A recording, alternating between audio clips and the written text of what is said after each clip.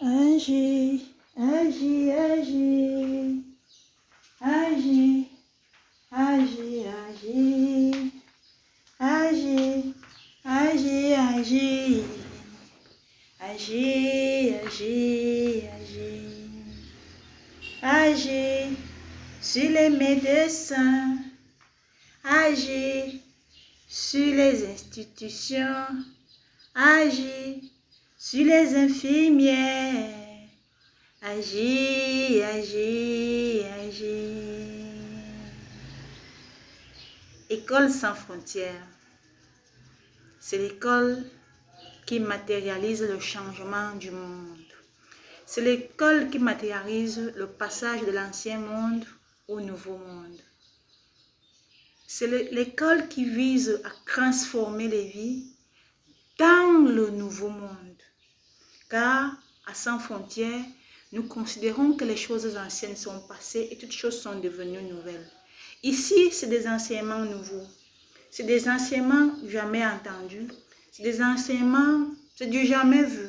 Mais c'est des enseignements sûrs pour refaire le monde, pour arranger le monde, pour corriger ce qui n'a pas été exact, pour apporter la lumière, pour guérir les malades, pour guérir surtout ceux qui ont besoin des bonnes informations. Bref, ceux qui ont besoin du jugement. Ce matin, nous allons vous parler d'un volet de la santé. On dit souvent, pas de santé, pas de vie. La santé avant tout, parce qu'effectivement, tout le monde le sait déjà, on ne l'annule pas. Si on n'est pas en bonne santé, on ne peut pas se mouvoir dans la société. On ne peut pas travailler, on ne peut pas danser, on ne peut même pas parfois manger. On a tous les problèmes du monde. Voilà, maintenant le corona s'est invité à un certain moment. Les voix se sont levées pour dire que c'est une maladie. C'était un phénomène. C'était pas une maladie. C'était un phénomène. C'est l'occasion pour moi de redéfinir ce que c'est que le corona.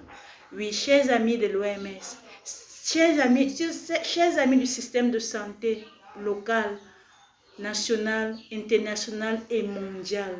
Ceci vous concerne, en ce sens que repenser le monde revient également à repenser le système de santé. Je le dis depuis un certain temps. Je ne le dis pas dans le but de vous narguer. Je ne le dis pas dans le but de vous dire que vous n'avez été rien avant mon avènement. Je le dis juste pour qu'on s'adapte au siècle présent. Je le dis juste pour qu'on s'adapte au moment actuel. Le corona, par exemple, n'était plus une maladie ordinaire. C'était une maladie de la faim. C'était un signe pour montrer que Dieu s'exprime. Tantôt d'une manière, tantôt d'une autre. Quand le corona a commencé, c'était plutôt la matérialisation du passage, de l'envie de passer d'un ancien monde à un nouveau monde. Imaginez quelqu'un qui n'avait pas appris que Jésus est revenu et qui, de son lit d'hôpital ou bien de sa vieillesse dans un centre d'accueil des personnes âgées, qui apprend que Jésus est revenu. Ou alors tout simplement qui, dans son fort intérieur, ressent le changement. Lorsque l'environnement d'une manière générale change, reçoit des secousses parce que l'être suprême a changé. Il était peut-être, dans nos consciences, on se disait que c'était un juif. Et maintenant, il savait que c'était un Africain. Vous comprenez que qu'on le veuille ou pas, il y a un mouvement qui se produit dans l'espace et qui entraîne inéluctablement des phénomènes.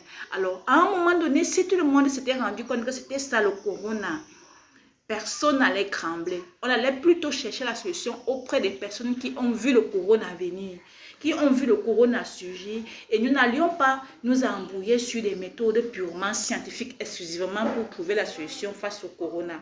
La preuve est que pour que le corona prenne fin, ou alors pour que le corona ne soit plus une menace, il a fallu que nous autres nous intervenions. Vraiment sans publicité, sans vantardise, il a fallu qu'on intervienne grâce aux réseaux sociaux. Je vous le dis, grâce aux réseaux sociaux. C'est pour ça d'ailleurs que j'acclame une fois de plus Internet pour dire que le monde virtuel est un monde très efficace dans le cadre d'arranger le monde réel. Voilà, je parlais donc du corona pour dire que le corona n'est pas une maladie. Le corona est un signe, est un phénomène. C'était un phénomène. Une fois que quelqu'un avait cerné de quel phénomène il s'est agi, il s'est très rapidement adapté à ce phénomène. Et ce qui fait qu'actuellement, le système de santé a donc intérêt à redéfinir la maladie, la cause et maintenant les modes de prévention. Parce que si nous partons des fausses bases, forcément nous aurons un plus grand nombre de décès. Par rapport à si nous définissons, nous entendons sur l'origine des différentes maladies, des différentes pathologies. C'est pourquoi, une fois de plus, chers OMS, chers organismes en charge de la santé d'une manière générale, dont des droits humains, je vous interpelle pour vous dire, asseyons-nous sur la même table. Asseyons-nous sur la même table afin que nous apportons un résultat plutôt bénéfique à toute la population qui attend de nous, qui apprend de nous, qui s'édifie de nous et qui nous fait confiance parce qu'elle estime que c'est nous qui avions la vérité, c'est nous la lumière du monde.